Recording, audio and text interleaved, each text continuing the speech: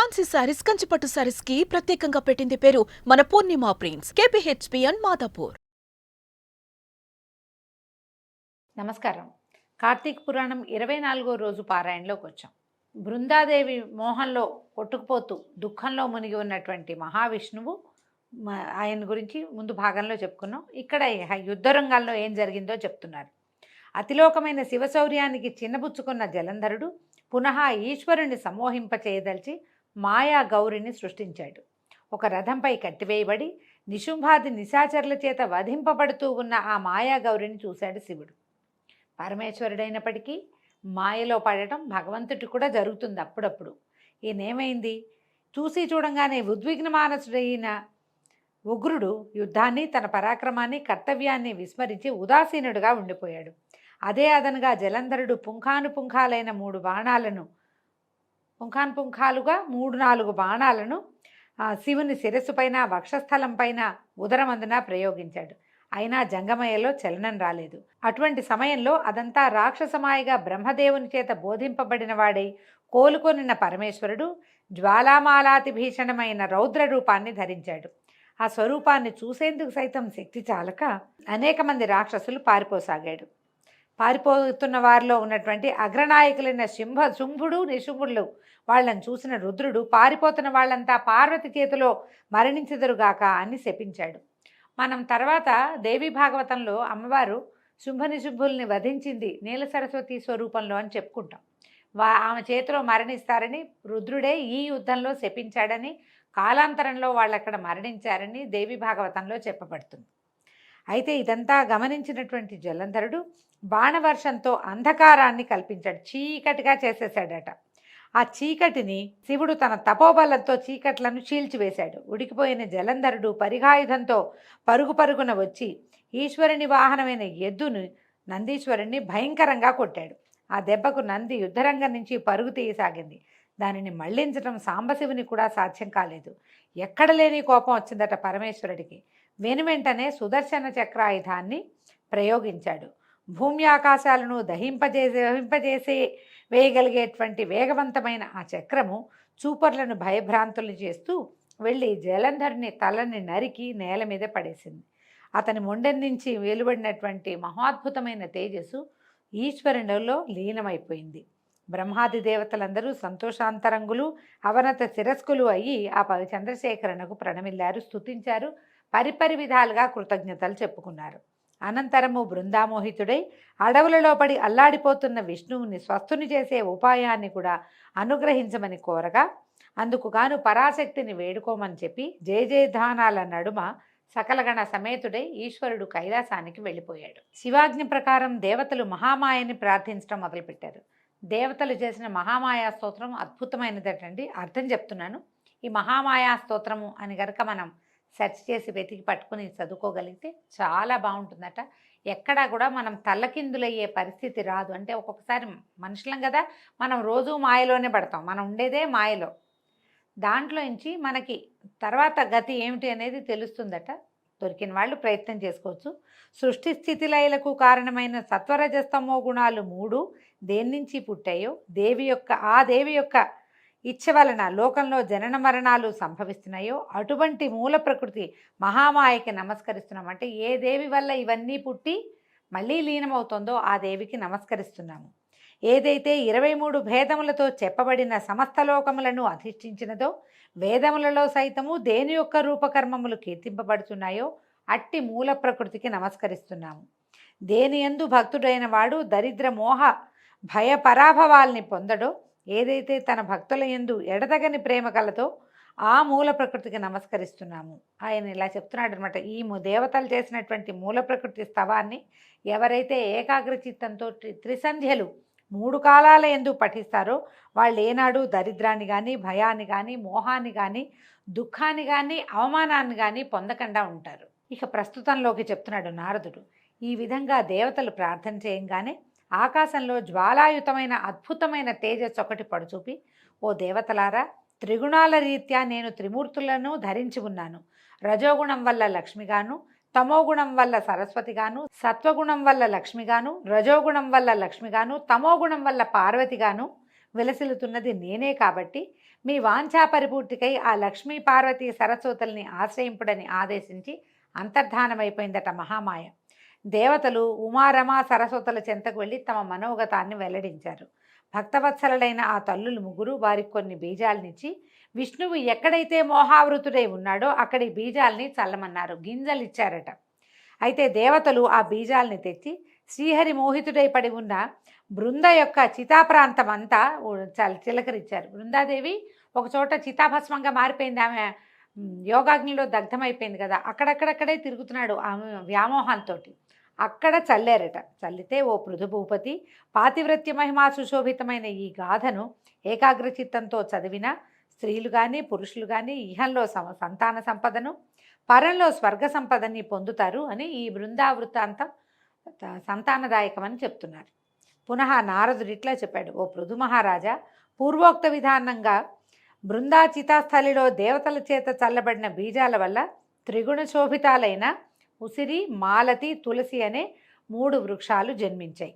వీటిలో సరస్వతి వలన ఉసిరిక, లక్ష్మి వలన మాలతి, గౌరి వలన తులసి ఏర్పడ్డాయి.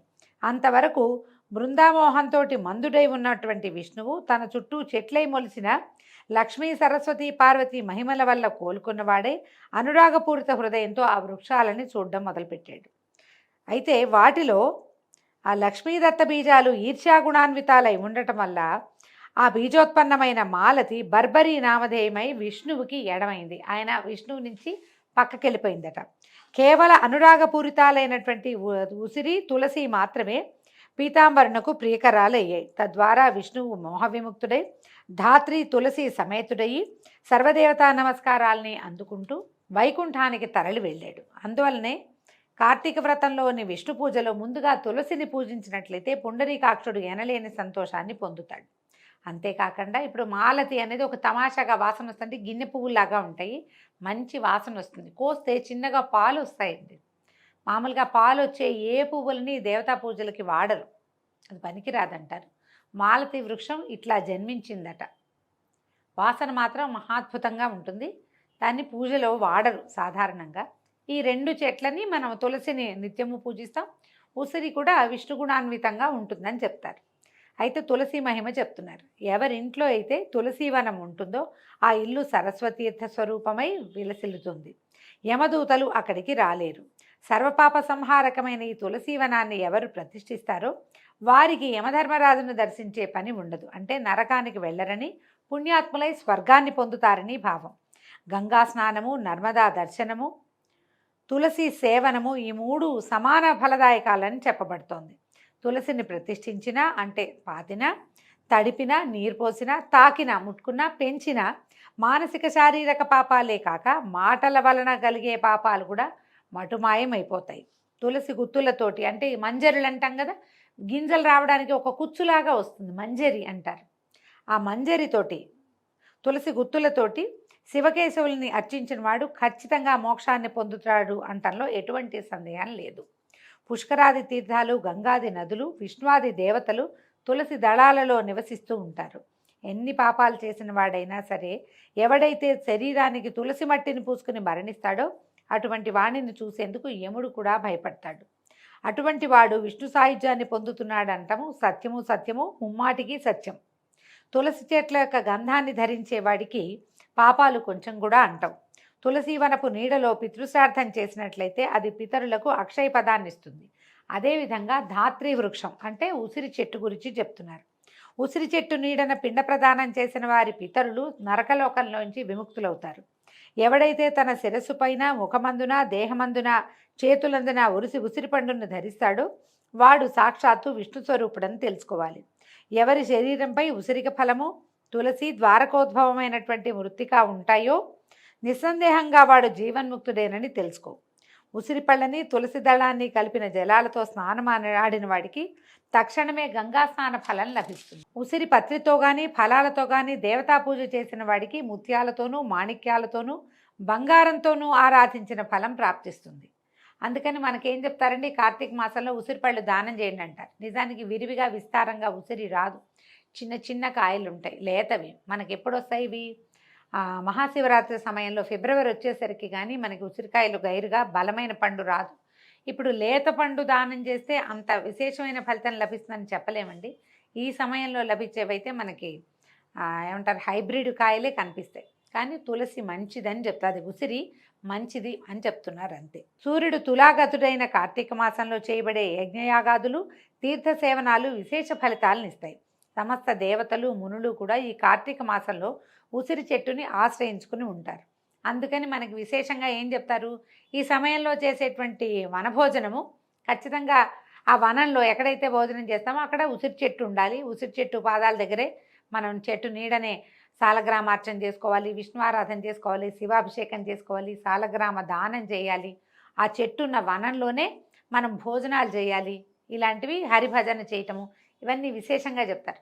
మన అవకాశాన్ని బట్టి తప్పకుండా జరుపుకోవచ్చు. ఈ నెల ఏ నెలలో అయినా సరే ఎవడైతే ద్వాదశి నాడు తులసి దళాలను, కార్తీక 30 రోజుల్లోనూ ఉసిరిక పత్రిని కోస్తాడో వాడు నింద్యాలైన నరకాలనే పొందుతాడు. అంటే ఏమిటి, కార్తీకంలో ఉసిరి పత్రి కోయకూడదు అని చెప్తుందండి పురాణం. కోయకూడదు. పైగా ద్వాదశి రోజున కూడా తులసి దళాలు కోయకూడదట. మిగిలిన అన్ని రోజుల్లో పర్వాలేదు, కానీ ద్వాదశి నాడు తులసి దళం కోయొద్దు, ఇదొకటి. తర్వాత కార్తీకంలో 30 రోజులు ఉసిరిక పత్రిని కోయకూడదు. మనం ఏం చేస్తాము, ఈ క్షీరాబ్ది ద్వాదశి నాడు ఉసిరి చెట్టు ఏం పెట్టుకుంటామని బజారంతా ఉసిరికి చెట్టు కొమ్మలే, ఇంతంత కొమ్మలు కాయలతో ఉన్నవి, లేత కాయలు చక్కగా ఉంటాయి, వాటితోటి కొమ్మలు తెచ్చి పెట్టుకుని చేసేసుకుంటున్నాం. చాలామంది చేస్తారు. అందరూ ఉసిరికి చెట్లను భరించి పెట్టుకోలేరు కదా. మనం ఈ పాపమే చేస్తున్నామండి, ఇది తప్పని చెప్తోంది పురాణము. వచ్చే సంవత్సరం జాగ్రత్త పెడదాం. ఏదైనా చిన్న తులసి చెట్టు తెచ్చుకుని 3-4 కలిసి ఒకే చోట ఉసిరి ధాత్రి తులసి కళ్యాణం చేసేసుకుంటే సరిపోతుంది. మరి అవకాశం ఉన్నవాళ్ళు ఆలోచించండి. వచ్చే ఏడాది ఏం చేయగలమో మనం ఇప్పుడే ఆలోచించుకుని పెట్టుకుంటే బాగుంటుంది. ఎవరైతే కార్తీకంలో ఉసిరి చెట్టు నీడన భోజనం చేస్తాడో వాడి యొక్క 1 సంవత్సరపు దోషం తొలగిపోతుంది.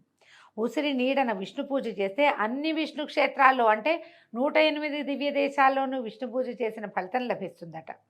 శ్రీహరి లీలల్ని, మహిమల్ని చెప్పడానికి ఏ ఒక్కరికి కూడా ఎలాగైతే సాధ్యం కాదో, అలాగే ఈ తులసి ధాత్రి వృక్షాల మహిమల్ని చెప్పడం కూడా చతుర్ముఖుడైన బ్రహ్మకు కానీ, సహస్రముఖుడైన శేషుని కానీ సాధ్యం కాదు.